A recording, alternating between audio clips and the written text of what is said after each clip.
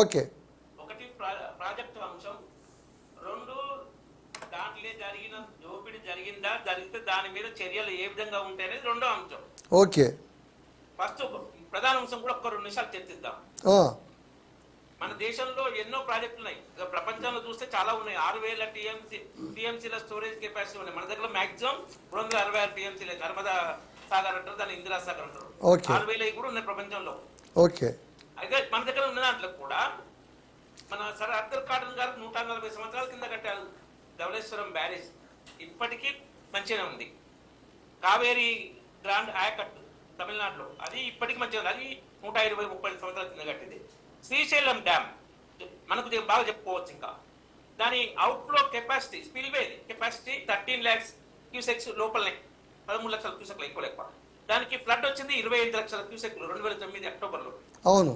అయినా తట్టుకుంది. 11.5 ఫీట్ పైకి నీళ్లు ఎఫ్ఆర్ఎల్ పైకి 885 అయితే 896.5 వరకు పోయి నీళ్లు పోయినాయి. అయినా డ్యామ్ తట్టుకుంది. చిన్న dam Kadem project outflow capacity స్పిల్వేది 3 లక్షల క్యూసెక్లు, 600 క్యూసెక్ల ఫ్లడ్ వచ్చింది, తట్టుకుంది. మరి కాళేశ్వరం ప్రాజెక్టు సార్, దాని స్పిల్వే కెపాసిటీకి ఆ ఫ్లడ్ రాగానే అది 7th బ్లాక్ కుంగరం ఒకటి ఇది కావడం జరిగింది. కట్టిన 4-5 ఏళ్ళకి. ప్రపంచంలో ఏ ప్రాజెక్ట్ ఇలా కాలే. అంటే ఆ ప్రాజెక్టు ఏ విధంగా కట్టింది అనేది అది చెప్తుంది స్పష్టంగా.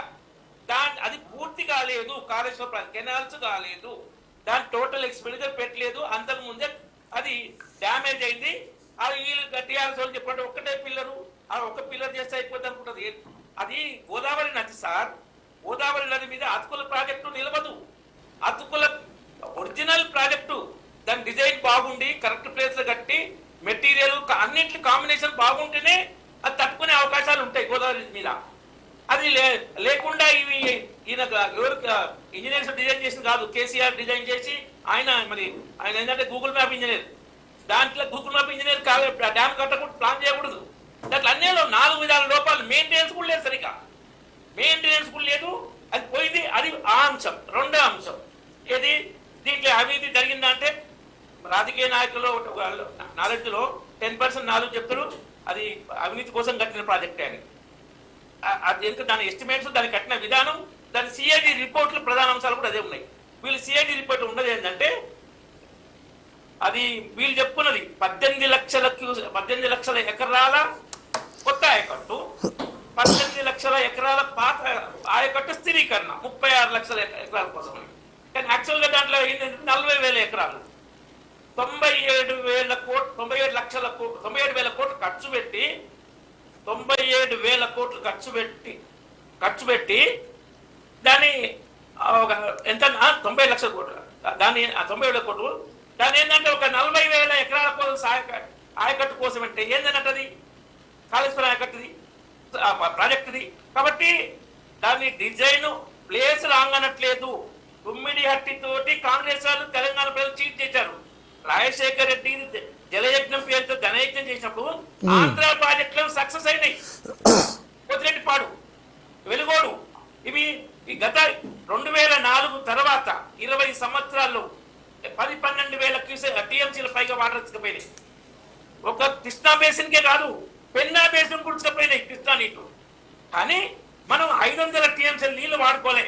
2004 నుంచి వీళ్ళు కట్టిన కొత్త ప్రాజెక్టులో 12-13,000 టీఎంసీలు ఆంధ్రాకు వెళ్ళి తెలంగాణ ప్రాంతం 500 టీఎంసీల నీళ్లు వాడుకోలేదు.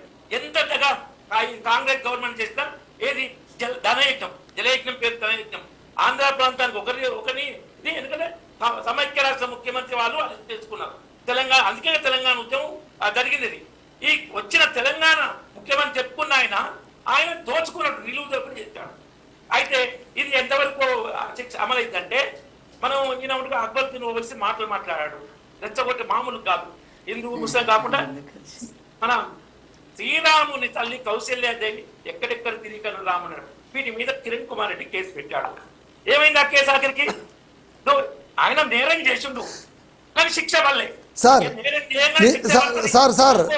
రామరెడ్డి గారు, ఇంకొక కేసు చెప్తా. రామరెడ్డి గారు మీరు ఈ విషయం మాట్లాడండి, నీటి విషయం మాట్లాడండి. దొరికిపోయాడు ఓటుకున్న కేసులో శిక్ష పడ్డదా శిక్ష. కాబట్టి అది ఒక అంశం. ఈవెన్ పొలిటికల్ వీళ్ళు గట్టిగా ఉన్నప్పుడే కొన్ని ఎందుకంటే మన లీగల్ సిస్టమ్ లో ఉన్న లూప్ హోల్స్, ఈ వర్మ అనే జడ్జి దగ్గర దొరికిన కోట్ల డబ్బు, ఎన్నో లూప్ హోల్స్ ఉన్నాయి. అవి ఉన్న దగ్గరనే పొలిటికల్ కరెక్ట్ ఉన్న దగ్గరనే శిక్ష పడడం కష్టం. ఈయన పొలిటికల్ విల్లే కరెక్ట్ లేదు. కేసీఆర్ సీఎం ఉన్నప్పుడు రేవంత్ రెడ్డి కేసు నిర్ణయం చేశారు. ఇప్పుడు రేవంత్ రెడ్డి కేసు పెట్టకుండా కమిషన్ల కోసం కమిషన్ వేసి బ్లాక్ మెయిల్ వేసి డబ్బులు పొంది చేయాలనుకుంటున్నారు. అలా వచ్చారా? కాబట్టి ఆ శిక్ష కూడా పడే అవకాశాలు చాలా తక్కువ. ఓకే సార్, మళ్ళీ నేను మీ దగ్గరకు వస్తాను. నేను రామరెడ్డి గారిని ఒక మాట అడుగుతా. ఇప్పుడు మీకు అందరికీ సమాధానం ఇవ్వాల్సిన సార్ ఒక్క మాట నా సారీ రామరెడ్డి గారు నేను ఏమంటున్నా అంటే, ఇప్పుడు కాళేశ్వరంలో అవినీతి జరిగిందని చెప్పి కాంగ్రెస్ ఎట్లా నమ్ముతుందో బీజేపీ కూడా అట్లే నమ్ముతుంది కదా. ఈటల రాజేంద్ర గారికి అసలు ఇప్పుడు బీజేపీ పైన ఇంకో పెద్ద అస్త్రం ఉంది సార్. ఇప్పుడు ఈటల రాజేంద్ర గారికి నోటీస్ వచ్చింది కదా, అంటే ఈ కాళేశ్వరం అవినీతిలో ఈటల రాజేంద్ర గారి పాత్ర ఉందని చెప్పి మీరు కూడా నమ్ముతున్నారు లేదని చెప్పి అది కూడా మీరు చెప్పాల్సిన అవసరం ఉంది. ఆయన నోటి పెట్టి చెప్పిస్తారు, నా చేతిలో ఏం లేదు, మొత్తం ఆయన చేయించడం చెప్పిస్తారు. ఏముంది సార్ మీరు భలేవారే. ఇప్పుడు ఇంజనీర్లు ఏమన్నారు? అలాగే ఆర్థిక మంత్రికి నేను డమ్మీని, అందుకే నేను బయటకు వచ్చాను అంటారు ఆయన. ఆర్థిక మంత్రి వీళ్ళు కేటీఆర్ ముఖ్యమంత్రి, హరీష్ రావు ఇరిగేషన్ మినిస్టర్, వీళ్ళ పాత్రే ఉంటుంది. మేము ఆయన పాత్ర ఉందని నమ్మట్లేదు. అదేమనుంటే అక్కడ ఆయన పాత్ర ఉందని నమ్మట్లేదు సార్. ఇప్పుడు ఓకే సార్, మళ్ళీ వస్తాను. రామరెడ్డి గారు కొద్ది క్షణం, ఒక్క నిమిషం లైన్లో ఉండండి సార్. శ్రీకాంత్ గారు చెప్పండి. వీళ్ళందరూ మాట్లాడినారు. వీళ్ళందరూ మాటల్లోనే బేసిక్ పాయింట్ ఏంటంటే కనుక సరిగ్గా నిర్మించలేదు, నంబర్ 1 పాయింట్. రెండవది అసలు పట్టించుకోలేదు. మూడవది ఇంత పెద్ద డబ్బులు పోసి కట్టిన ప్రాజెక్టు వృథాగా మారిపోయి మాకు బరువుగా మారిందని కాంగ్రెస్ వాళ్ళు అంటున్నారు. మీరేమంటారు చెప్పండి. ముందుగా అందరికీ నమస్కారం అండి. ఈ విషయం మీరు రాజకీయంగా కాకుండా తెలంగాణ ప్రజలని, తెలంగాణ భౌగోళిక స్థితిని మనసులో పెట్టుకొని, మైండ్లో పెట్టుకొని మాట్లాడాలని నేను కోరుకుంటున్నా. ఓకే, ముందు అవగాహన. కాళేశ్వరం అని అది ఒక ప్రాజెక్టు, ప్రపంచంలోనే అతిపెద్ద ఇరిగేషన్ ప్రాజెక్ట్. అది ఫస్ట్ లిఫ్ట్ ఇరిగేషన్ అంటే నీటిని పంప్ చేయడం.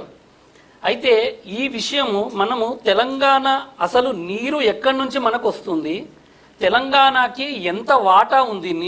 ఇప్పుడు మనకి గోదావరి, కృష్ణ, ఓకే. ఇప్పుడు ఈ కాళేశ్వరం అనేది గోదావరి మన ప్రాణహిత ఆ సంబంధం కాబట్టి మనం ఆ విషయం మాట్లాడదాం. మనకి గోదావరి నదిలో ఎంత వాటా ఉందో తెలుసా మీకు ఎవరికైనా? దయచేసి 900 టీఎంసీలు మనకి వాటా ఉంది.